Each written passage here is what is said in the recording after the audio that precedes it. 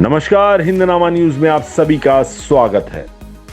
आज के इस खास कार्यक्रम में हम आपको एक ऐसे चमत्कारिक औषधि पौधे के विषय में बताएंगे जिसके बारे में कहा जाता है कि महाभारत युद्ध में घायल सैनिकों के घावों पर इसका उपयोग किया जाता था उपचार के लिए और घंटों में घाव गायब हो जाते थे। जी, हम बात कर रहे हैं चमत्कारिक औषधि पौधा शल्यकर्णी के विषय में, तो बने रहें हमारे साथ इस खास कार्यक्रम में। चमत्कारी शल्यकर्णी का औषधि पौधा, जिसे महाभारत के भीषण युद्ध में किया गया था कभी इस्तेमाल। युद्ध में इसी पौधों के पत्तों से होता था घायल सैनिकों का उपचार। आयुर्वेद के ग्रंथ चरक संहिता में भी इसका वर्णन पाया जाता है, जिसमें वर्णित है कि इस खास पौधे का वृक्ष करीब 50 से लेकर 60 फीट तक का होता है। तो महाभारत के भीषण युद्ध के विषय में भला कौन नहीं जानता। ज्ञात है कि इस भीषण युद्ध में कौरवों और पांडवों की सेना के बीच कई दिनों तक भीषण युद्ध छिड़ा हुआ था, जिसमें बड़ी संख्या में सेना घायल भी हुई थी और हताहत भी हुए थे योद्धा और सैनिक। पर क्या आपको पता है कि महाभारत के युद्ध में घायल होने वाले योद्धाओं और सैनिकों का कैसे और किस जड़ी बूटी से इलाज किया जाता था, विशेष उपचार किया जाता था? तो आज हम आपको बताने जा रहे हैं ऐसे ही एक औषधि गुणकारी चमत्कारिक पौधे के विषय में जो अब विलुप्त होने के कगार पर है, और इस पौधे का नाम है शल्यकर्णी। जी हाँ, ठीक सुना आपने, शल्यकर्णी। मान्यता है कि महाभारत के युद्ध में गंभीर रूप से घायल हुए सैनिकों का उपचार शल्यकर्णी पौधे के पत्ते और उसके छाल के रस से किया जाता था, और उपचार के कुछ ही घंटों बाद ही घायल सैनिक दोबारा युद्ध के मैदान में लड़ने के लिए तैयार खड़ा हुआ दिखाई देता था।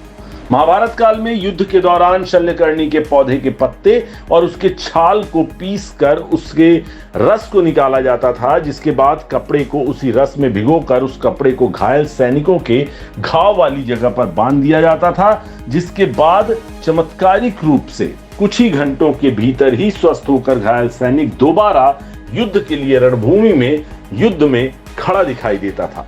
प्राचीन काल में शल्य चिकित्सा व चिकित्सा पद्धति थी जिसे आज के समय में हम सर्जरी कहते हैं। आपको शायद जानकर आश्चर्य होगा कि न केवल महाभारत बल्कि रामायण में भी इस चमत्कारी औषधि पौधे का उल्लेख किया गया है। ज्ञात हो कि रामायण काल में 3 महाशक्तिशाली जड़ी बूटियों का वर्णन पाया जाता है जिसमें मृत संजीवनी, विशल्यकर्णी और शल्यकर्णी है। जिस प्रकार से संजीवनी जड़ी बूटी के सेवन से मरणासन्न हालत में पड़ा व्यक्ति जीवित हो जाता था, उसी तरह से प्राचीन काल के दौरान विशल्यकर्णी का पौधा भी विभिन्न प्रकार की बीमारियों में उपचार के लिए उपयोग में लाया जाता था। प्राप्त जानकारी के मुताबिक 2008 में एक आदिवासी सम्मेलन हुआ था, जिसके दौरान आदिवासियों ने इस दुर्लभ शल्यकर्णी पौधे की जानकारी दी थी। तभी से यह पौधा दोबारा अस्तित्व में आया, लेकिन अब यह पौधा विलुप्त होने के कगार पर है। यह पौधा हिमालय पर्वत के अलावा पचमढ़ी, अमरकंटक और रीवा सीधी के मध्य छुइया पहाड़ में पाए जाते हैं। कहा जाता है कि यह खास पौधे अब काफी कम संख्या में छुइया पहाड़ में मौजूद हैं। जानकार बताते हैं कि अमरकंटक और सीधी के पहाड़ी क्षेत्र के अलावा रीवा के छुइया पहाड़ में इसकी खोज आदिवासियों ने कभी की थी। किंवदंती है कि कई साल पहले आदिवासियों ने एक झरने के समीप एक बड़ी सी मछली को तीर मारकर उसका शिकार किया, और उसके बाद आदिवासियों ने मछली को घर तक ले जाने के लिए पास ही लगे शल्यकर्णी के पत्तों का इस्तेमाल किया था। उन्होंने शिकार की गई दरअसल मछली को शल्यकर्णी के पत्तों से लपेटा और घर लेकर गए। दूसरे दिन जब सुबह मछली को ऊपर लपेटे गए पत्ते को हटाया तो मछली पर लगे तीर के घाव गायब थे। अब इसी बात से आप अंदाजा लगा सकते हैं कि यह पौधा कितना चमत्कारी, लाभकारी और गुणकारी है। मगर यह गुणकारी पौधा, दुर्भाग्य की बात है कि अब अन्य स्थानों से धीरे धीरे विलुप्त होता जा रहा है। इसकी जानकारी विलुप्त होती जा रही है। बताया गया कि आज भी आदिवासी कुछ जगह इस गुणकारी पौधे का इस्तेमाल करके बखूबी अपना इलाज कर भी लेते हैं। तो वहीं रीवा में वन संरक्षक वानिकी विभाग में संरक्षित किया जा रहा है यह पौधा। प्राप्त जानकारी अनुसार रीवा के वन संरक्षक सामाजिक वानिकी वृत्त अनुसंधान केंद्र में इस विलुप्त होते प्राचीन काल के गुणकारी और चमत्कारी पौधे शल्यकर्णी को संरक्षित कर रखने का प्रयास कर रहे हैं, जिससे इसकी संख्या बढ़ाई जा सके। इस पौधे को कई वर्ष पहले अमरकंटक के जंगलों से लाया गया था, जिसके बाद रीवा के वानिकी विभाग में इसका पौधारोपण किया गया। यहाँ के औषधि वाटिका में इसकी नर्सरी लगाई गई, जबकि यहाँ पर रोपे गए शल्यकर्णी के कुछ पौधे 5 फीट से लेकर 10 फीट तक के हो गए हैं। तो वहीं रीवा के वानिकी विभाग में पदस्थ फॉरेस्ट रेंजर अमर सिंह मरावी ने इस खास पौधे के विषय में बताया कि शल्यकर्णी का यह पौधा एक महत्वपूर्ण औषधि पौधा है, जिसके नाम से ही स्पष्ट होता है कि शल्यकर्णी, जिसका शल्य चिकित्सा में खास पौधे का इस्तेमाल होता है।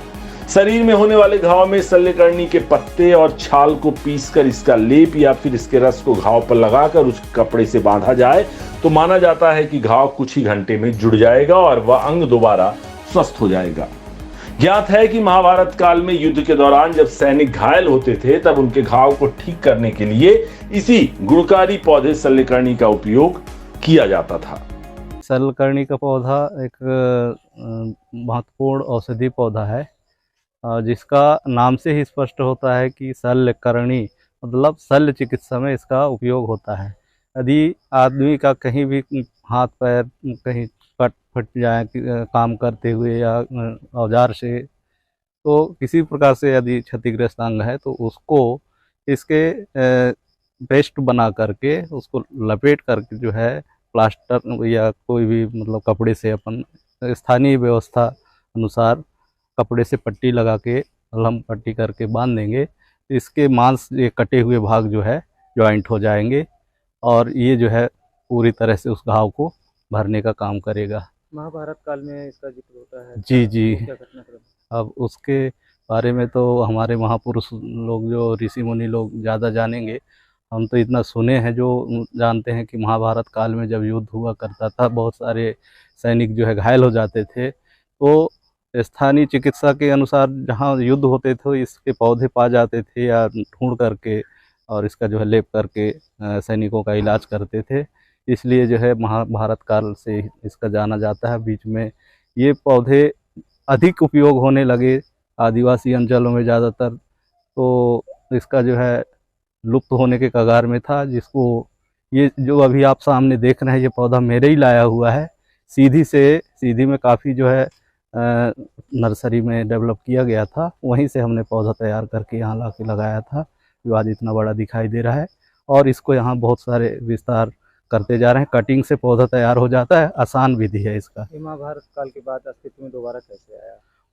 अब दोबारा हमारे आदिवासी लोग जो है ना जड़ी बूटी का इस्तेमाल करते रहते हैं। आज भी आप अमरकंटक क्षेत्र में जाएंगे तो वहाँ बहुत सारे औषधि मिलते हैं, जिनका उपयोग करते हुए जो है संरक्षण भी कर रहे हैं और उसका जो है विस्तार भी कर रहे हैं। धीरे धीरे लोग जो है इनको अनेक स्थानों में लगा करके और इसका विकास कर रहे हैं। तो धीरे धीरे सभी नर्सरियों में ये मिलते हैं। सुना मैं भी ज़रूर हूँ कि मछली को ये प्रयोग के तौर पे देखे थे कि इस तरह से मतलब इसका घायल अगर तीर मार करके घायल कर दिया और उसको पुनः जो है हम इसका लेप लगा करके इसको 24 से 48 घंटा रखे रहेंगे सुरक्षित, तो ये वापस जो है उस घाव को भर देता है या उसको जोड़ करके पुनः जो है ठीक कर देता है। तो किसान हमारे जो आदिवासी भाई हैं ये रिसर्च भी करते रहते हैं, नए नए चीज़ प्रयोग भी करते हैं और पुराने जो हैं अपने परंपरागत औषधि जड़ी बूटियों का संरक्षण भी करते हैं और उनको एक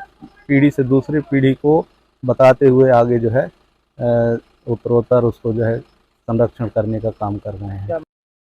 शल्यकर्णी एक लुप्त प्राय पौधा है, जिसके पौधे आजकल विलुप्त होने की श्रेणी में है, एंडेंजर्ड स्पीसीज जिसको कहते हैं। ये इसका वर्णन जो है महाभारत काल में भी आया हुआ है और हमारे आयुर्वेद के ग्रंथ जो हैं चरक संहिता, सुश्रुत संहिता, इनमें भी इनका वर्णन है।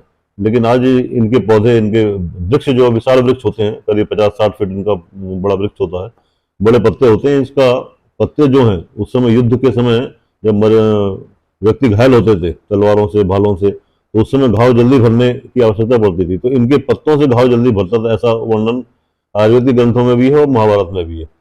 लेकिन इसकी अभी प्रैक्टिकल अभी संभव इसलिए नहीं हो पा रहा क्योंकि इसके पौधे एंडेंजर्ड स्पीसीज के अंतर्गत आते हैं, वो हमको प्राप्त नहीं हुए अभी। तो फॉरेस्ट डिपार्टमेंट ने इसके अमरकंटक में इसके पौधे खोजे हैं और उन्होंने शायद अपनी नर्सरी में ऐसा पता चला है कि डेवलप भी कर रहे हैं। तो जैसा कुछ होगा तो हम लोग उसको लाके अपने हॉस्पिटल में उनको यूज करके उसको देखेंगे कि वाकई में ये चीज लिखी गई है वो सही है या नहीं। ऐसा लगता है कि सही होगी। शल्यकर्णी उसका नाम ही है। शल्य मतलब चोट लग जाना, उस घाव जो बन जाता था उसको भरने के काम आता था ये, और जिससे कि सैनिक जल्दी से जल्दी अपने पुनः युद्ध करने के लिए तैयार हो जाता था।